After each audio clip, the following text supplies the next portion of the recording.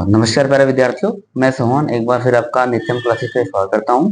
तो प्यारे विद्यार्थियों, जैसे कि आप सभी जानते हैं कि यूपी बोर्ड की परीक्षाएं हमारी नजदीक हैं, तो उसी चीज को ध्यान में रखते हुए हमने 10th और 12th के दोनों कंबाइन कुछ मल्टीपल क्वेश्चन बनाए हैं साइंस में बायोलॉजी के, जो दोनों ही क्लासेस में मोस्ट इंपोर्टेंट है और आने की पूरी पूरी संभावना है। तो देखिए प्यारे विद्यार्थियों, हमारा इसी श्रृंखला को आगे बढ़ाते हुए हमारा पहला क्वेश्चन बैठता है कि डीएनए की दोनों तंतुओं को आपस में जोड़ते हैं। आपको पता है कि डीएनए हमारा डबल स्टैंडर्ड होता है और डीएनए की दोनों श्रृंखलाओं को आपस में जोड़ने का जो कार्य होता है निम्न में से किस बंध के कारण होता है। नंबर 1 ऑप्शन है हमारा हाइड्रोजन बंध, सेकंड है आयनिक बंध, तीसरा है पेप्टाइड बंध और फोर्थ हमारा सहसंयोजी बंध। तो प्यारे विद्यार्थियों, इनमें से हमारा आंसर क्या सही रहेगा? इनमें से हमारा क्वेश्चन आंसर क्या रहेगा? हाइड्रोजन बंध। आपको पता है कि डीएनए की दोनों श्रृंखलाओं को आपस में जोड़ने का जो कार्य है वो कार्य किसका है? हाइड्रोजन बंध का है। ये हाइड्रोजन बंध ही उसके अंदर पाए जाने वाले नाइट्रोजन अक्षारों को आपस में जोड़ने का काम करता है। अब नाइट्रोजन अक्षार क्या होते हैं? जैसे एडिनिन, ग्वानिन, थायमिन और साइटोसिन को आपस में जोड़ने का कार्य किसका है? हाइड्रोजन बंध का। थर्ड नेक्स्ट क्वेश्चन क्या हमारे पास? निम्न में से कौन सा अंग पौधों में नर जननांग है? आपको पता है कि जितने भी हमारे पेड़ पौधे होते हैं उनके पौधों में दो भाग होते हैं, एक नर और एक मादा। अब निम्न में से कौन सा पौधों में नर जननांग होता है, अर्थात नर भाग होता है? ऑप्शन में हमारे पास जायांग, पुंकेसर, व्रतिकाग्र और अंडाशय। अब ये चारों ऑप्शन आपको वहां पर मिलेंगे, इससे एक्स्ट्रा भी आपको मिल सकते हैं। अब जैसे कि हम जानेंगे जायांग। अब जायांग क्या है? ये जायांग किसी भी पौधे के पुष्प के ये फीमेल पार्ट का पार्ट होता है। ऐसे हमारा ये व्रतिकाग्र और अंडाशय भी फीमेल पार्ट ही है। तो इसका हमारा आंसर क्या रहेगा? पुंकेसर। पुंकेसर ही किसी भी पौधों में या पुष्प में क्या होता है? ये नर जननांग होता है। ठीक है प्यारे विद्यार्थियों, और इन पुंकेसरों के अंदर ही किसका निर्माण होता है भाई? परागकण का निर्माण होता है। और परागकणों के निर्माण की प्रक्रिया को क्या कहते हैं भाई? हम लघु बीजाणु जनन। और लघु बीजाणु जनन की प्रक्रिया पौधों के नर जननांग के अंदर ही होती है। तीसरा क्वेश्चन है हमारा, मुकुलन द्वारा अलैंगिक जनन निम्न में से किस जंतु में होता है? अब देखिए, चाहे हमारे पास कबूतर है, तिलचट्टा है, केंचुआ है या हाइड्रा है। अब ये जो हमारे पास केंचुआ, तिलचट्टा और कबूतर है, इनमें क्या होता है भाई? इनमें केवल लैंगिक जनन पाया जाता है, अलैंगिक जनन नहीं पाया जाता। अलैंगिक जनन केवल हाइड्रा में पाया जाता है और हाइड्रे में मुकुलन द्वारा अलैंगिक जनन होता है। अब ये मुकुलन क्या होता है? ये हाइड्रा का जो हमारे पास जीव है, इसमें एक इसके प्रारंभिक अवस्था में क्या होती है? एक बड़ के समान कुछ संरचनाएं निकलती हैं, जिसको हम क्या कहते हैं? मुकुल। और वो क्या करते हैं? आफ्टर कुछ जनरेशन के बाद क्या हो जाता है? वो उस पार्ट से अलग हो जाता है और उसी के द्वारा एक नई हाइड्रा का क्या हो जाता है? निर्माण हो जाता है। तो इसका क्या आंसर सही रहेगा? हाइड्रा सही रहेगा।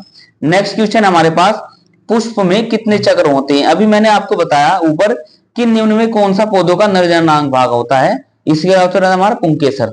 अब इसी श्रृंखला में हमारा क्वेश्चन है कि पुष्प में कितने चक्र होते हैं? आपको पता है कि जितने भी हमारे आवर्तबीजी पौधे होते हैं उनमें प्रत्येक के ऊपर किसका निर्माण होता है? पुष्प का निर्माण होता है।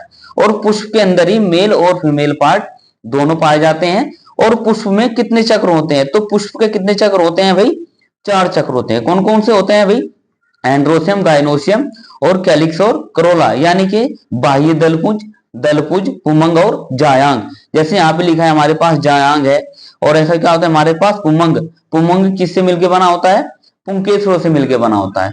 तो पुष्प के कितने चक्र होते हैं भाई? 4 चक्र होते हैं, कैलिक्स, करोला, एंड्रोसियम और गाइनोसियम। नेक्स्ट क्वेश्चन क्या है हमारे पास? नेक्स्ट क्वेश्चन है भाई हमारा कि एक पुष्प में स्त्री केसर के मध्य भाग को क्या कहते हैं? अब देखिए क्या होता है हमारे पास, ये जो स्त्री केसर है, ये स्त्री केसर किसी भी पुष्प का फीमेल पार्ट होता है। और इसमें क्वेश्चन में पूछा गया है कि स्त्री केसर के मध्य भाग को क्या कहते हैं? अब यूपी बोर्ड है हमारा, वो क्वेश्चन को किसी भी हिसाब से पूछ सकता है घुमा फिरा के। वो ये केवल ये नहीं पूछेगा कि निम्न में से कौन सा फीमेल पार्ट है, वो ये भी पूछ सकता है कि निम्न में से कौन सा इसका मध्य भाग का निर्माण करता है। अब देखिए, अब जो भी हमारे पुष्प का जो फीमेल पार्ट है अर्थात जायांग है, जायांग किनसे मिलकर बना होता है? अंडकों से मिलकर बना होता है। अब उस अंडक के 3 पार्ट होते हैं भाई, व्रतिकाग, वृत्तिका और अंडाशय।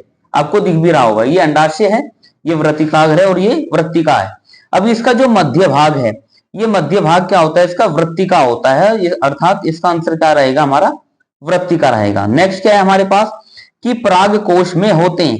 अभी मैंने आपको ऊपर बताया कि ये जो हमारे पास पुंकेसर है, पुंकेसर क्या होता है? जो पुंकेसर का ऊपर का जो भाग होता है उसको क्या बोलते हैं हम? परागकोश।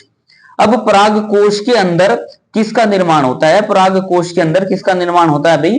परागकण का निर्माण होता है। अभी मैंने आपको ऊपर बताया कि परागकण के निर्माण की प्रक्रिया को क्या कहते हैं हम? लघु बीजाणु जनन। और वो प्रक्रिया किसमें होती है भाई? परागकोश के अंदर होती है। तो उसका आंसर क्या रहेगा भाई? हमारा परागकण। नेक्स्ट क्वेश्चन हमारे पास कि पुष्प का जनन अंग है, यानी कि प्रत्येक पुष्प में कुछ जनन अंग होते हैं, जैसे हमारे पास पुमंग और जायांग।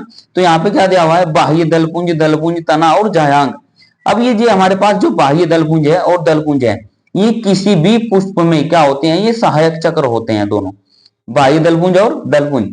इसका आंसर जो रहेगा, इसका आंसर रहेगा हमारा जायांग। क्यों? जायांग ही क्या होता है? इसका मादा भाग होता है और वही जनन अंग होता है। तो पुष्प का जनन अंग कौन सा है? जायांग है। नेक्स्ट क्वेश्चन क्या है हमारे पास? नेक्स्ट क्वेश्चन हमारे पास कि पराग नली में नर युग्मकों की संख्या होती है। अब देखिए ये जो हमारे पास पराग नली है, ये पराग नली परागकण के मैच्योर अवस्था होती है। अब जब ये परागकण हमारा क्या हो जाता है? मैच्योर हो जाता है, तो इससे एक पराग नली का निर्माण होता है।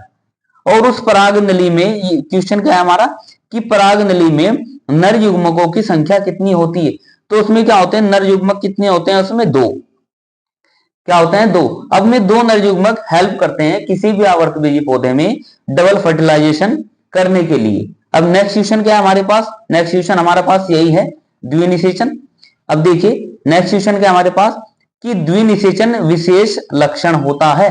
अभी मैंने आपको बताया कि हमारे जितने भी आसपास के जितने भी पौधे होते हैं, दो प्रकार के प्लांट हमारे पास, एक आवर्तबीजी और एक अनावर्तबीजी। तो ये जो हमारे पास द्विनिषेचन की एक विशेष लक्षण है, किस प्रकार के पौधों का है? भी आवर्तबीजी पौधों का ये विशेष लक्षण है। तो उसका आंसर क्या रहेगा हमारे पास? आवर्तबीजी पादपों का ये इसी का लक्षण होता है कि डबल फर्टिलाइजेशन की क्रिया इन्हीं में ही होती। नेक्स्ट क्या है हमारे पास क्वेश्चन कि शुक्राणुओं का निर्माण होता है। मोस्ट इंपोर्टेंट क्वेश्चन है ये यूपी बोर्ड के लिए। तो क्वेश्चन क्या हमारे पास कि शुक्राणुओं का निर्माण होता है, ये पूछ रहा है कि शुक्राणुओं का निर्माण किस जगह होता है। तो हमारे ऑप्शन है हमारे पास शुक्रवाहिनी, वृषण में, यकृत में या फिर अंडाशय में। तो इसका आंसर क्या रहेगा भाई? वृषण में। कहां पर? वृषण में। तो और शुक्राणुओं के निर्माण की प्रक्रिया को क्या कहा गया है भाई? शुक्र जनन हम कहते हैं। ये मानव जनन का मोस्ट इंपोर्टेंट क्वेश्चन है। नेक्स्ट है हमारे पास कि मानव में भ्रूण को पोषण मिलता है, यानी कि जब मानव में भ्रूण को पोषण कहां से मिलता है भाई? यहाँ पे दिया हुआ है अंडाशय से, प्लेसेंटा से, वृक्क से, या फोर्थ क्वेश्चन का आंसर क्या है इसका? कोई नहीं। अब इनमें से आंसर क्या है इसका? इसका आंसर क्या रहेगा हमारे पास? प्लेसेंटा। क्या रहेगा ये? प्लेसेंटा। क्लियर है बात? अब नेक्स्ट क्वेश्चन क्या है हमारे पास? नेक्स्ट क्वेश्चन है कि पत्तियों द्वारा कायिक प्रजनन होता है। अब पत्तियों के द्वारा कायिक जनन होता है, ऑप्शन क्या हमारे पास? चने में, आलू में, गुलाब में या ब्रायोफिल्लम में। अब इसका आंसर क्या रहेगा? इसका आंसर रहेगा हमारे पास ब्रायोफिल्लम। ब्रायोफिल्लम की पौधे की जो पत्ती होती है उसमें कायिक जनन होता है, अर्थात पौधों की पत्तियों से ही एक नए प्रकार के पौधे का क्या हो जाता है? निर्माण हो जाता है। और उसका आंसर क्या रहेगा? ब्रायोफिल्लम। नेक्स्ट क्वेश्चन क्या है हमारे पास? निम्न में से किस पौधे में पुष्प एक लिंगी होते हैं? सरसों में, पपीते में, मटर में या गुड़हल में। अब इसका आंसर क्या रहेगा भाई? इसका आंसर रहेगा हमारे पास पपीता। क्या रहेगा इसका आंसर? पपीता। ठीक है प्यारे विद्यार्थियों, नेक्स्ट क्वेश्चन क्या हमारे पास? ये सीरीज का लास्ट क्वेश्चन है। सामान्यतः एक लिंगी नर पुष्प में नहीं पाया जाता। सामान्यतः एक लिंगी नर पुष्प में नहीं पाया जाता। तो इसका क्या रहेगा भाई? इसका आंसर रहेगा हमारे पास वृत्तिकाग्र। क्या क्या रहेगा इसका आंसर? वृत्तिकाग्र। यानी कि सामान्यतः एक लिंगी नर पुष्प में नहीं पाया जाता। तो क्या नहीं पाया जाता उसमें भाई? वृत्तिकाग्र नहीं पाया जाता है ना। नर पुष्प की बात हो रही है तो क्या नहीं पाया जाता है यहाँ पर? वृत्तिकाग्र नहीं पाया जाता। ठीक है प्यारे विद्यार्थी, तो इसी प्रकार के क्या होते हैं आपको क्वेश्चन लगातार मिलते रहेंगे, क्योंकि यूपी बोर्ड की परीक्षाएं हमारे नजदीक है। तो ये हमारे पास लगभग 150 क्वेश्चनों की सीरीज है, तो आपको लगातार आपको ऐसे ही मिलती रहेगी। ठीक है प्यारे विद्यार्थियों, तो नित्यम क्लासेस के साथ आप जुड़ रहिए और अपना भरोसा बनाए रखिए। इसी प्रकार से आपको विभिन्न प्रकार के क्वेश्चन आपको मिलते रहेंगे। केवल बायोलॉजी या विज्ञान में नहीं, आपको फिजिक्स में भी मिलेंगे, केमिस्ट्री में भी मिलेंगे, और हम कोशिश करेंगे कि आपको अन्य सब्जेक्ट के भी क्वेश्चन प्रोवाइड कराते रहें। ठीक है प्यारे विद्यार्थियों, तो नित्यम क्लासेस के साथ जुड़ रहिए और अपना भरोसा बनाए रखिए। नमस्कार।